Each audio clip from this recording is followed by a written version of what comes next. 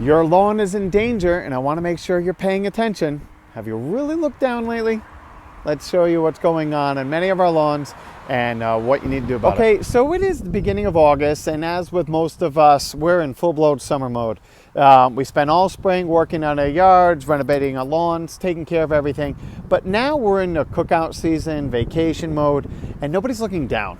And from a distance, everything looks nice and green, but at the same time, it's usually not. Or it may be green, but it's not your lawn. Crabgrass is starting to move in and flare up all over the place, as well as a few other noxious weeds. And from a distance, it just looks green. We go on. And then once Labor Day hits and we actually start looking in our yard again and looking up close, we start realizing that there's a whole lot of dead patches. Crabgrass is taking over things. So I want to point out a few things to show you what to look for and then what you need to do about it. So let's take a peek. Especially as you start getting up close to the hot asphalt and alongside driveways, crabgrass is starting to flare up everywhere. And in many cases, it's anywhere that there's been a slope. So even in our case, where we do 2 crabgrass preventatives in the spring, I don't irrigate my lawn. I let Mother Nature do its thing, but this year we just plain have been getting so much rain all spring that I feel like a lot of the crabgrass preventatives started to wear off well before the crabgrass really started coming into its own. And so it is the beginning of August, and only in the last few weeks have I really started to see it popping up, and I'd say in the last week especially, it's just growing exponentially. It loves this. The rain is shut off. The ground is starting to dry out. A lot of us are starting to notice the grass going dormant. And frankly, we had so much rain early on. I'm getting reports of a lot of lawns that are getting a lot of brown patches going on inside them. And so that is typically some kind of lawn disease. When we were just humid and damp early on, as soon as that weather warmed up into the 70s, we started noticing a bunch of diseases. And so you can even see in some spots, that's what a lot of lawns are starting to look like from a distance. Most of that is just the grass starting to go dormant because the rain is shut off long enough and we've been warm and dry with a stiff breeze every day. Most of that is going to come back just fine. But the areas where the crabgrass is flourishing, and it's always slope, asphalts, walk alongside your walkways, your driveways, you're just going to notice that it's a slightly lime green compared to the normal dark green. And what's happening is your grass is going dormant. Like over here, the grass is going dormant, but the weeds are really ramping up. And what happens is one little piece of crabgrass starts multiplying and stretching and choking out the grass alongside it. And right now, from a distance, it just looks green.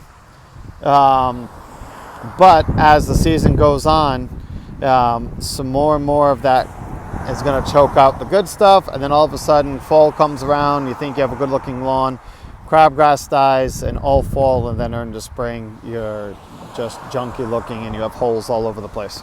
Okay, so now that you know, you've looked through your yard and you see a bunch of things that don't look like regular grass and you're not sure what they are. First thing I tell everybody is just rip up a little sample, take some pictures of them, send them in to us. We'll help you diagnose what it is. Because there are lots of treatments that are for controlling weeds in the lawn that will allow your grass to survive and just kill the weeds. The problem is, again, I'm not a big advocate of blasting chemicals. We sell a bunch of chemicals, but it's usually my last go-to. And so if you have to use chemicals on your yard in general, I really want to make sure that you know what you're trying to control and what is the best product to control it so that you can use small amounts of the right product as opposed to going through and just blasting your whole lawn with a weed and feed that isn't even going to touch the problem. So bring that in, but there are lots of little, like these bottles right behind me. These are called ready-to-use bottles. So you just spray bottle. If you're just saying that you've got a handful of weeds around your walkways, at the edge of your driveway, little pockets here and there, it could be as simple as just a little spray bottle. Other ones, it's widespread throughout the yard, which is many of our cases right now because of just the sheer volume of rain that we got this spring. and the late onset of the heat, I just feel like that's the biggest contributor this year to late weeds popping up all over the place. And so there are hose-on attachments, which means you can use your garden hose and just walk around the yard and spray it. So there's lots of techniques to make it as easy. However, the most important thing right now is if you do not have irrigation on your lawn, please do not go spraying anything on your lawn. Wait until either one of these heavy soaking rains go by. Like tonight we're going to get some thunderstorms roll through. Most people don't realize that even though a chemical is rated for your lawn and it's safe to use and it says it's not going to hurt the grass, if we are completely dry like we are right now and that lawn is already going dormant, your grass is thirsty. And so what's going to happen is if you start spraying the weed killers on your lawns, the grass itself, the good grass that you're trying to protect, can actually absorb too much chemical. And then you can actually be killing the grass and burning huge parcels of land. Plus, second thing is, even if you gave it, back on that, if you go through and you find that there's big parcels of your land that you need to water, or even small pockets, but you want to protect it, just set a garden hose up.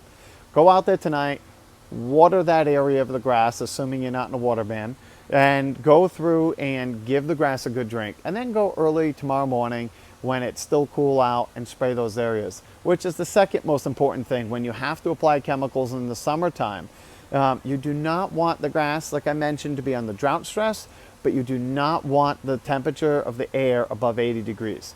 So it's kind of the same thing. If the grass is too hot, the chemicals can burn the foliage of the grass you're trying to protect. And then if the grass is thirsty, like I've mentioned a few times, it can also do it. So walk around your yard, use small amounts of chemicals now to kill the young crabgrass and to kill the young weeds. You won't have to deal with a problem in the fall, because the fall is the best time to grow a lawn. If you have to renovate or do grass seed or do anything, now's the time to start thinking about your lawn. Walk around, line up treatments. You're preparing for September, when you're entering in the best time of year to be planting the grass seed. And so that's it. Hope everything helps. I hope you can identify and avoid some issues now by getting out there and taking a look around. And please don't hesitate to let us know if you have any specific questions. Take care.